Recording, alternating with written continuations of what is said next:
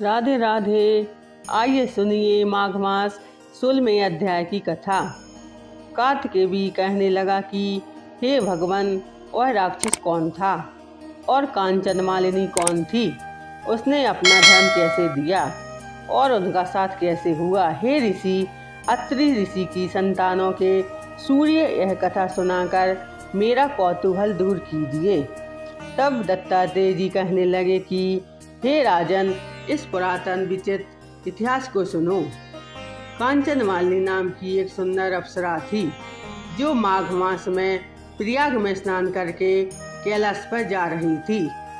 तब उसको मार्ग में जाते हुए हिमालय के कुंज से एक घी राक्षस ने देखा।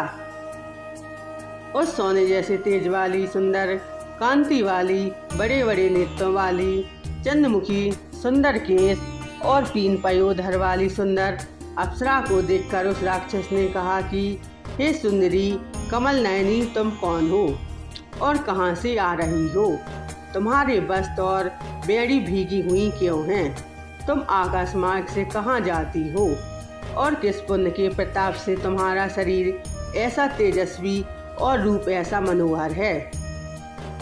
तुम्हारे गीले वस्त्र से मेरे मस्तक पर गिरे हुए एक बूंद जल से मेरे पूर्ण मन को एकदम शांति प्राप्त हो गई।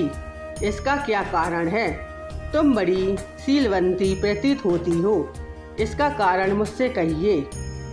अप्सरा ने कहा कि हे राक्षस सुनो, मैं काम रूपड़ी अप्सरा हूँ। मैं प्रयाग में संगम से स्नान करके आ रही हूँ, इसी से मेरे वस्त्र भीगे हैं। अब कैलाश पर जा रही हूँ जहाँ पर श्री शिव निवास करते हैं। त्रिवेणी के जल से मेरी सब पूर्णता दूर हो गई, जिसके पुण्य के प्रभाव से मैं इतनी सुंदर और पार्वती जी की प्रिय सखी हुई हूँ। जो आश्चर्य देने वाला उदाहरण मुझसे ब्रह्मा जी ने कहा था सो सुनो। मैं कलिंग देश के राजा की वेश्या थी। रूप, लावण्य और सुंदरता में अपूर्व थी। मेरी सुंदरता पर सारा नगर मोहित था। मैंने अनेकों प्रकार के भोग भोगे, अनेक प्रकार के वस्त्र और आभूषणों की घर में कोई कमी न थी। कई कामी पुरुष आपस में स्पर्धा से ही मृत्यु को प्राप्त हो गए। इस तरह उस नगर में बड़ी सुंदरता से यौवन व्यतीत करती हुई मैं वृद्धावस्था को प्राप्त हो गई। तब मेरे मन में विचार उत्पन्न हुआ कि मैंने अपनी सारी आयु पापों में ही व्यतीत कर दी है। धर्म का कोई कार्य, दान, तप, यज्ञ आदि नहीं किया। शिव या दुर्गा की आराधना नहीं की, न कभी भगवान विष्णु का पूजन किया। इस प्रकार अशांत चित्त से मैंने एक ब्राह्मण की शरण ली जो वेदों का ज्ञाता और ब्रह्मनिष्ठ था। मैंने उससे पूछा कि मेरा उद्धार किस प्रकार हो सकता है?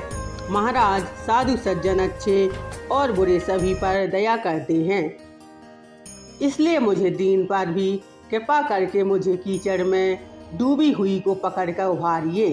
क्षीर सागर क्या हंस को दूध देता है, बतख को नहीं देता? तब ब्रह्म राजा का पुरोहित इन सब बातों को सुनकर मुझ पर दया करके कहने लगा कि तू ब्रह्मा के क्षेत्र प्रयाग में जाकर माघ मास में त्रिवेणी संगम में स्नान कर, परंतु मन में अशुभ क्रिया का विचार नहीं करना।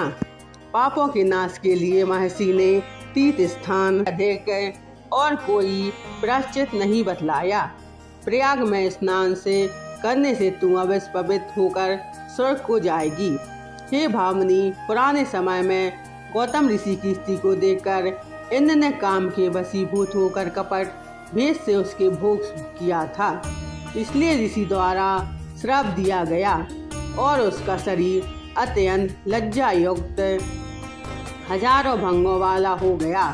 तब इंद्र नीचे मुँह करके अपने पाप कर्म की बुराई करने लगा। मेरा पर्वत के शिखर पर स्वच्छ जल वाले सरोवर पर एक स्वर्ण कमल से भरे हुए कोटर में घुस गया और अपने पाप को धिक्कारता हुआ कामदेव की बुराई करने लगा कि यह सब पापों का मूल है। इसके ही भसीभूत होकर मनुष्य नरक में जाते हैं और अपने धर्म, कीर्ति, यश और धैर्य का नाश करते हैं। इंद्र ऐसा सोच रहा था कि इंद्र ने बिना सारा देवलोक शोभाहीन हो गया। तब देवता, गंधर्व, किन्नर, लोकपाल, इंद्राणी के सहित बृहस्पति जी ने जाकर पूछने लगे कि महाराज, इंद्र के न रहने से स्वर्ग ऐसा शोभाहीन हो गया है जैसे सतपुत्र के बिना श्रेष्ठ कुल। इसलिए स्वर्ग की शोभा के लिए कोई क्रिया सोचिए, इस विषय में देर नहीं लगानी चाहिए। तब बृहस्पति जी कहने लगे कि इंद्र ने बिना सोचे विचारे जो कर्म किया है उसका फल भोग रहा है, सो वह कहाँ है यह सब जानता हूँ।